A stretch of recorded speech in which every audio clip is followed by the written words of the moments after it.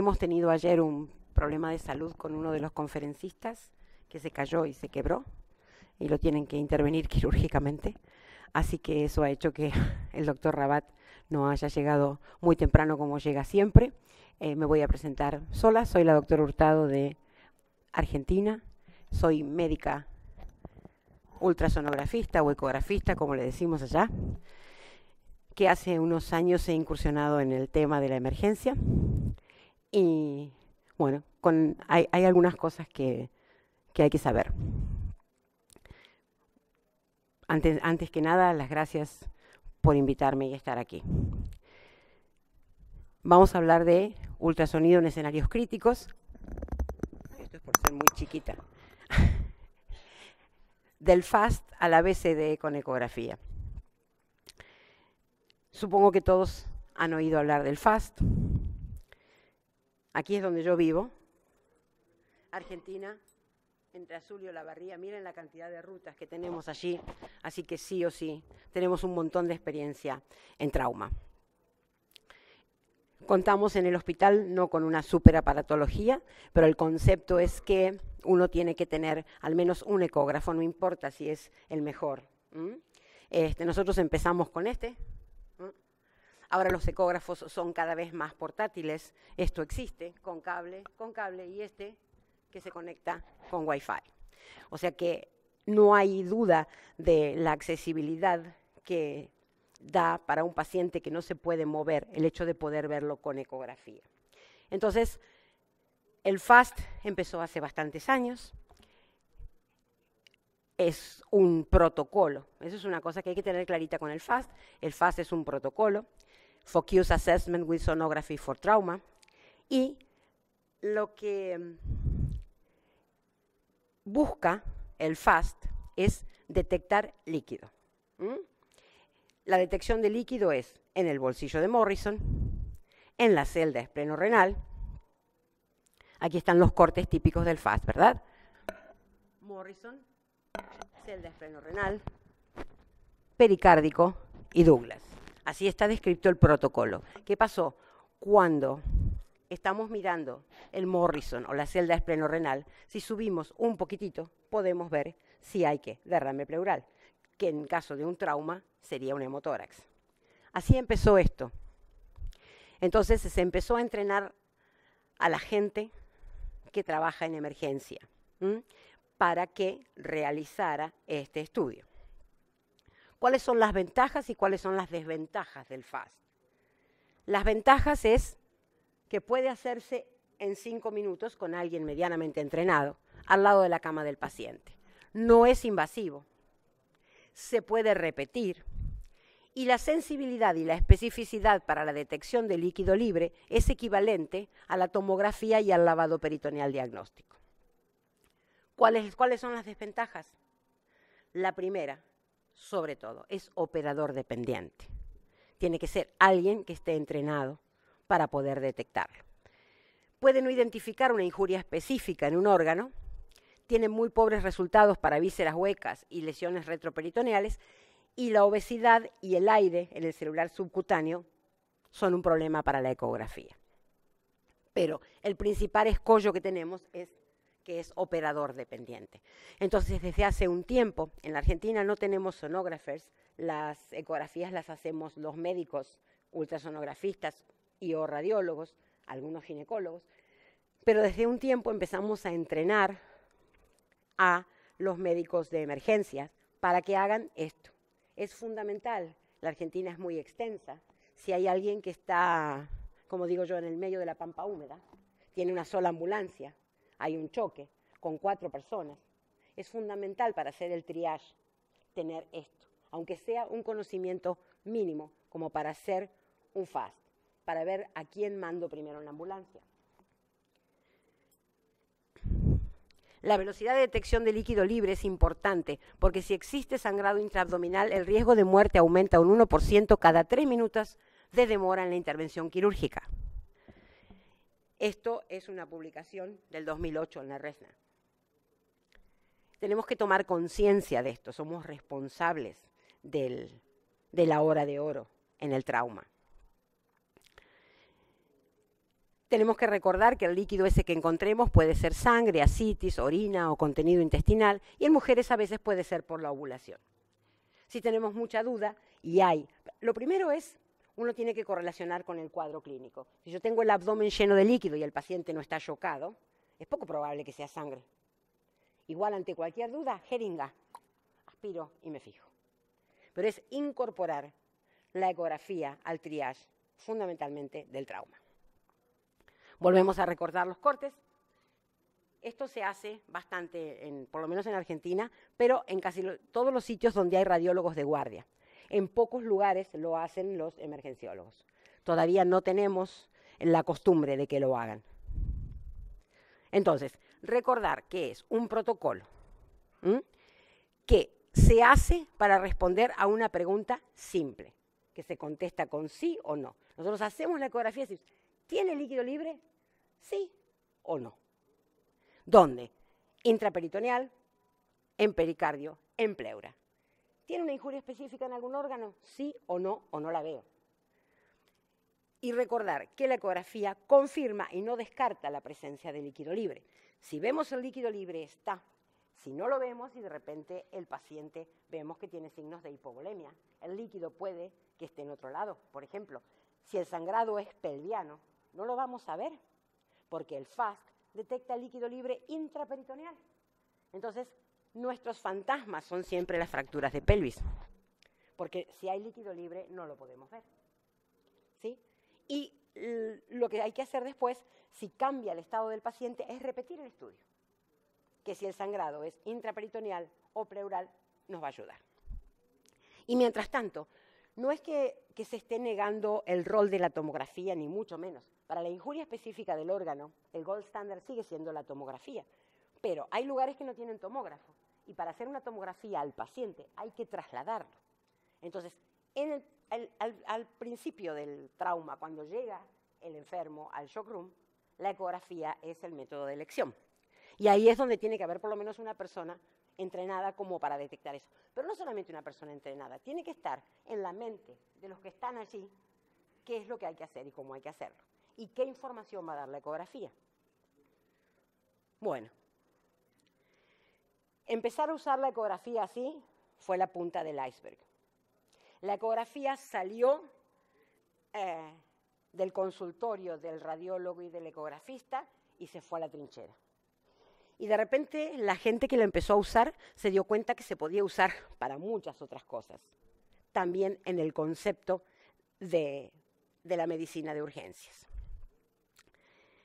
Esto salió en el Critical Care del año 2007,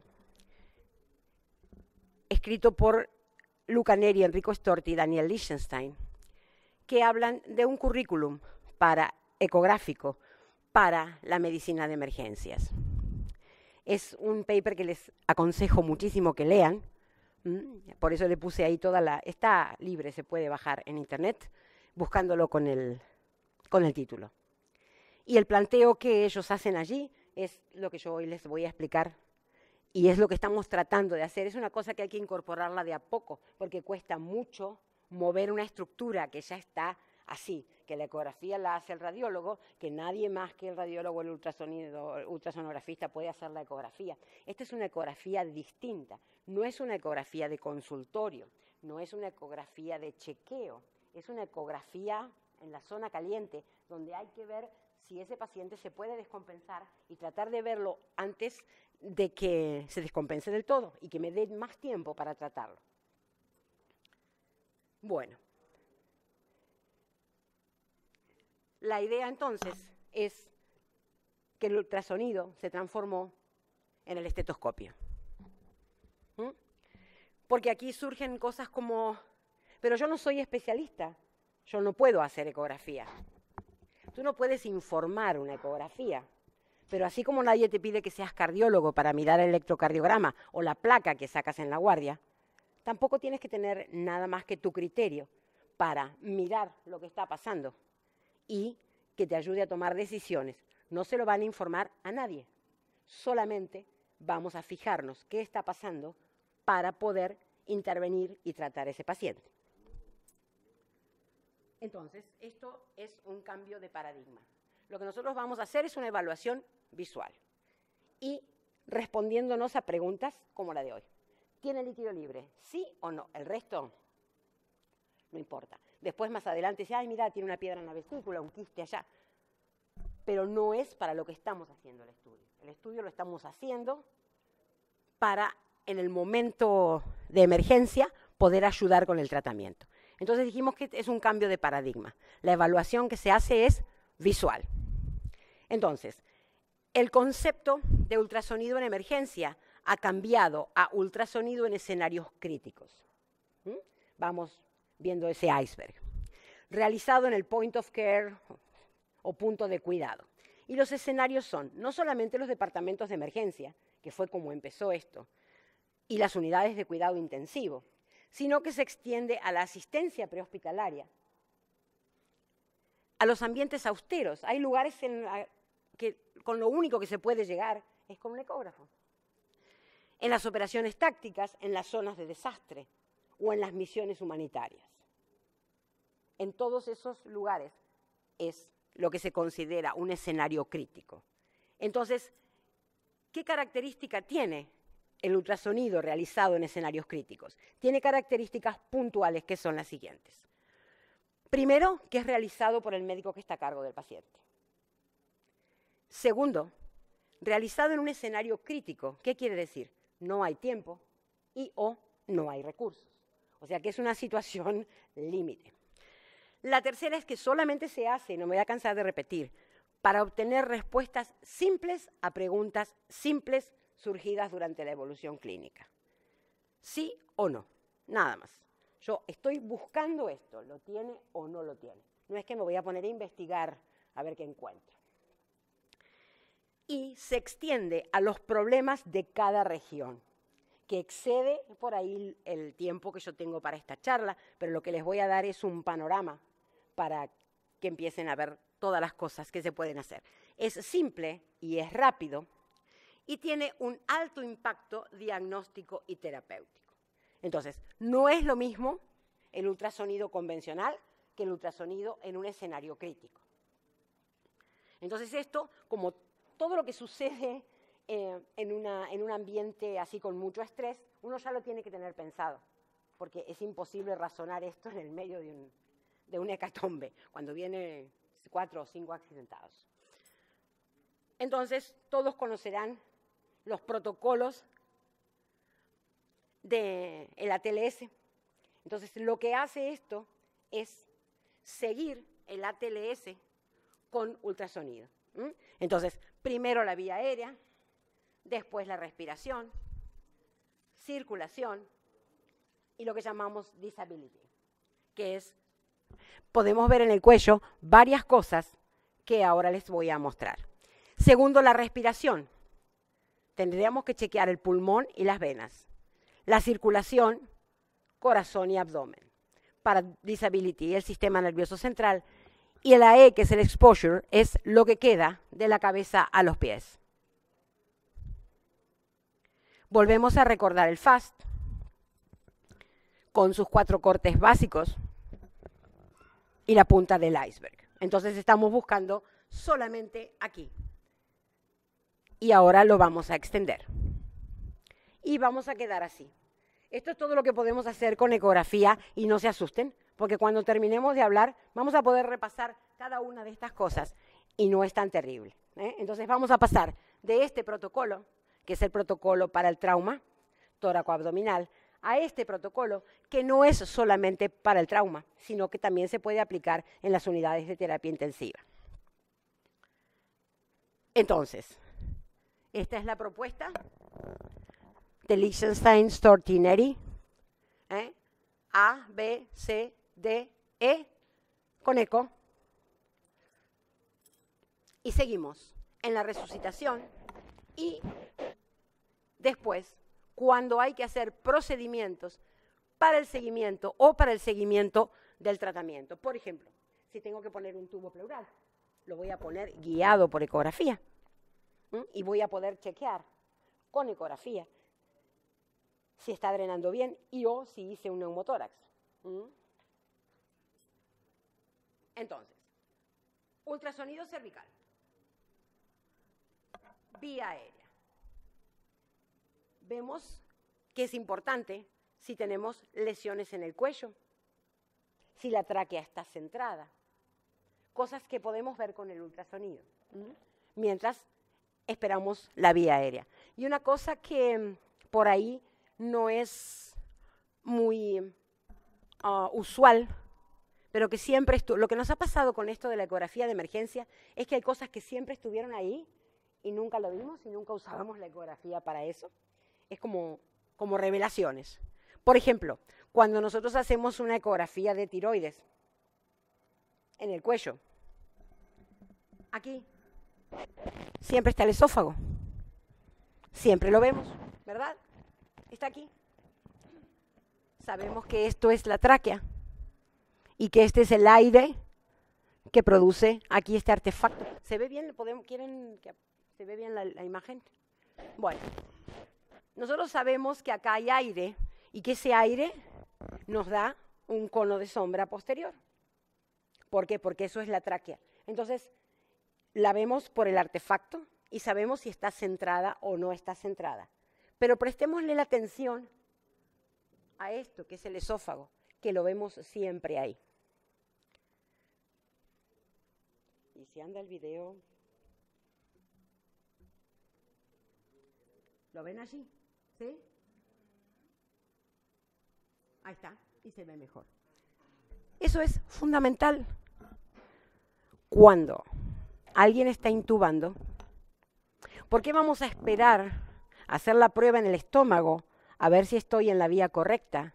Cuando, si yo puedo tener el transductor en el cuello, y si el tubo se va por el esófago, yo voy a ver el mismo artefacto que en la tráquea, porque voy a ver aire entrando en el esófago. Y en mucho menos tiempo le voy a decir, retira ese tubo, porque no está en la vía aérea. Y está ahí al alcance de la mano, y vamos ganando minutos esenciales cuando hay alguien que está en una situación crítica, ¿sí? Ultrasonido pulmonar. Y bueno, y esta era la charla después de la del doctor Rabat, que por las circunstancias que saben que uno de los panelistas se cayó y se quebró el fémur, y el doctor Rabat está ayudándolo. ¿Alguno de ustedes ha escuchado hablar de ultrasonido pulmonar? ¿Sí? ¿No? Bueno. Durante años nos hicieron creer que el ultrasonido, que el pulmón no se podía evaluar por ultrasonido porque tenía aire. Lo cual es, si no, es cierto que no se puede evaluar por ultrasonido de la manera convencional, pero es una ecografía basada en artefactos. Y se puede evaluar el pulmón con el concepto de no news, good news.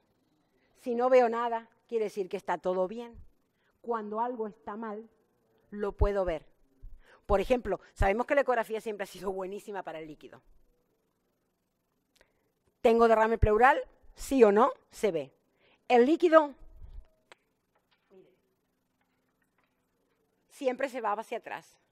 Si el paciente está acostado, ¿dónde voy a buscar el derrame pleural? Acá. El aire siempre se va hacia arriba. Si yo quiero demostrar un neumotórax, ¿dónde lo voy a buscar? Arriba. Eso después veremos la técnica, esperemos que llegue el doctor Rabat, y si no, bueno, se los explicaré yo. Pero entonces, la ecografía del pulmón, el concepto que quiero que les quede a ustedes es que es una ecografía no convencional, es una ecografía basada en artefactos. Yo tengo un lóbulo hepatizado, siempre y cuando toque pleura y yo no tenga aire en el medio. ¿Cómo lo voy a ver? Igual que un hígado. Por eso se llama hepatizado. ¿Sí?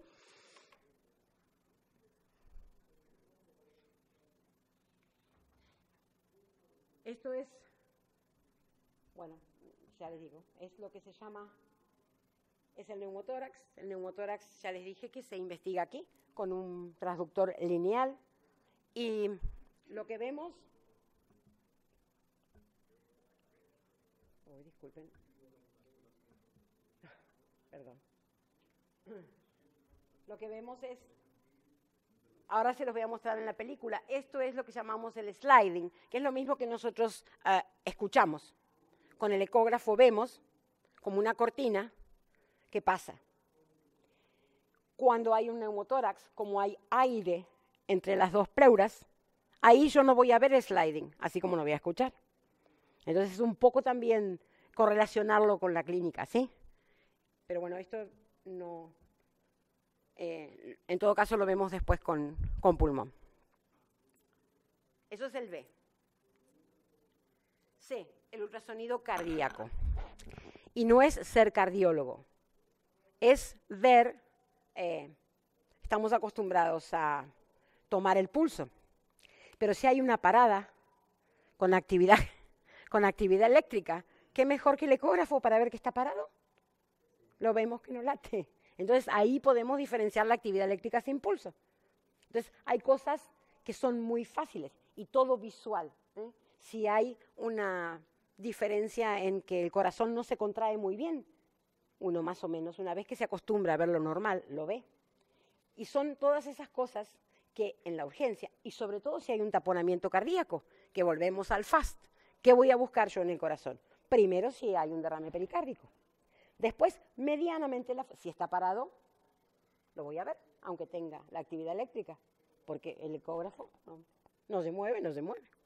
Y después ver y aprender a ver medianamente si hay una taquicardia, si no hay, y la función de los ventrículos cómo está. Aquí la de la izquierda es una, por supuesto, es una evaluación de un corazón normal, que uno define los ventrículos y las aurículas. Y acá, una vez que uno se acostumbra a ver esto de la izquierda, uno no necesita demasiado para darse cuenta que hay algo aquí que no funciona bien, ¿ok? Fíjense aquí. Bueno, no me estaría mal. Disculpen. ¿Sí? ¿Ven ese ventrículo izquierdo? Está como bobo. Entonces, de a poco uno tiene que, o sea, lo que yo quiero transmitir con esta charla es eso, que hay que empezar a mirar esas cosas, pero siempre en el contexto del cuadro clínico, sea un trauma, sea en la unidad de terapia intensiva, la ecografía nos puede ayudar mucho con este abordaje A, B, C, D, siguiendo el criterio de la TLS.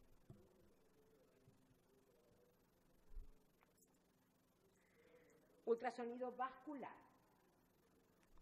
La vena cava inferior tiene muchísima información. Tiene muchísima información y hay muchísimos papers. El tamaño, la colapsabilidad que tiene, está directamente relacionada con el estado de hidratación a veces y, por ejemplo, con el diagnóstico diferencial en un shock. Si nosotros tenemos una vena cava fija y dilatada, no hay duda que hay un aumento de presiones derechas, llámese neumotórax, llámese corazón pulmonar. Entonces son todos mecanismos de razonamiento en el cual la ecografía nos pone allí, pero es una ecografía distinta, no es la ecografía de chequeo, no es la ecografía de consultorio, no es la ecografía hecha por el especialista, es el ecógrafo usado como estetoscopio por el médico tratante. Es así. La parte abdominal, ¿por qué vamos ahora? Porque tenemos que volver a chequear a ver si no tiene ahora líquido libre, que no habíamos visto hoy. Recuerden que dijimos que se tiene que repetir. Si el estado del paciente cambia, si de repente el paciente hace una hipotensión o está entrando en shock, en un trauma tenemos que volver a ver la ecografía abdominal porque quizás no vimos el líquido antes y lo vemos ahora. El ultrasonido craneal. Otro lugar donde dijeron solamente cráneo los bebés, porque el resto del hueso no nos deja pasar. Y bueno, sí, pero tenemos el ojo que además tiene agua. Y por ahí podemos ver algunas cosas. Recuerden esto, el nervio óptico es parte del sistema nervioso central y el espacio subaracnoideo intraorbitario que lo rodea está sujeto a los mismos cambios de presión que el compartimiento intracraneal. Entonces, el famoso edema de papila. signo de hipertensión endocraniana. También lo podemos ver con ecografía y medir la vaina del nervio óptico. Por supuesto que esto es cuando no hay otra cosa que podamos hacer. Si podemos poner una pequeña. Pero hay ambientes, que fue lo que dijimos al principio de la charla, en que lo único que contamos es con el ecógrafo. Y el único objetivo de esta charla es que ustedes sepan que sirve para mucho más, o que se puede hacer mucho más de lo que habitualmente lo utilizamos. En este caso, por ejemplo, el señor tiene los dos ojos amoratados. Le quiero tomar el reflejo pupilar, no los puede abrir. Esta es la pupila vista por ecografía. ¿Sí? Se puede ver tranquilamente. Y si anda el video que sigue, van a ver. ¿Cómo se hace? Se pone el transductor, se busca la pupila y se aplica la luz en el ojo contralateral. Y se ve la respuesta. En casos especiales como este señor, que le pegaron mucho y tenían los ojos imposible abrirlos. Mírenla allí, ¿se ve? Otra vez. Concéntrense, porque no se ve por ahí mucho. Esto es el iris y esto es la pupila, ¿sí? ¿Ok? Ahí vamos. ¿La ven? ¿La reacción? Bueno. Ok.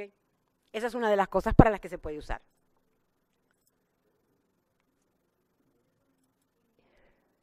En un lineal, sí, en un transductor lineal. Ahora, después les contesto. Creo que va a haber bastantes preguntas, ojalá. Bueno, y esto es en la resucitación, por ejemplo, si hay que poner, como dijimos, un tubo endotraqueal, si hay que solucionar un taponamiento, si hay que solucionar un derrame pleural. Los procedimientos se pueden guiar por ecografía. Si tengo que colocar una vía central, lo puedo guiar con ecografía. Y todo el seguimiento de ese paciente. Hasta se pueden ver fracturas, lesiones musculares. Estamos hablando de ambientes críticos en los que o el paciente no se puede mover, esto no me canso de repetirlo, no es que sea el método por excelencia, pero cuando no tenemos otro o el paciente no lo podemos mover hacia otro, se transforma en el método por excelencia. Y bueno, volvemos a esto. Miren, no era tan difícil, De lo que decíamos del FAS, que era lo que ustedes sabían, tenemos los 4 cortes para cardio, tenemos este corte en el ápex para ver neumotórax, la pared del tórax, la base ya la habíamos visto y el abdomen, se pueden ver los huesos y los tejidos blandos, y las venas en las extremidades inferiores. Es fácil solamente con el modo B, ver una trombosis venosa. La vena no se comprime. Punto, se acabó. Preguntas simples. ¿Tengo trombosis? ¿Sí o no? Comprimo. ¿No se comprime? Tengo trombosis. ¿Se comprime? No tengo trombosis. ¿Sí? Entonces, siempre con ese concepto. La ecografía usada como estetoscopio para responder preguntas simples que me hago de acuerdo al cuadro clínico del paciente. Bueno, un poquito de relax. Todos conocen seguramente la lección de anatomía de Rembrandt. Creo que si hoy la pintara, la pintaría así.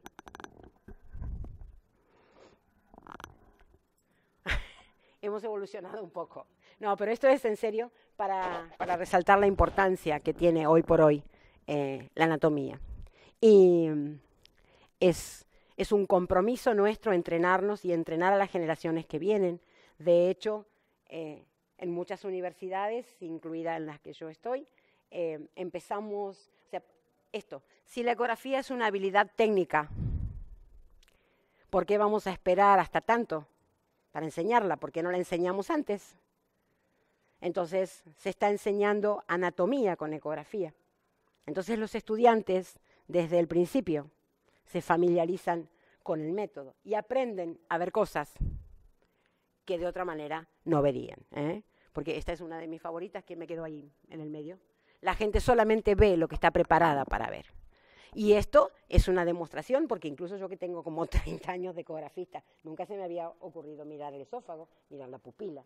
¿Y eso cuándo ocurrió? Cuando gente que no estaba en los paradigmas normales del diagnóstico por imágenes empezó a usar el ecógrafo y se dio cuenta que servía para todas esas cosas.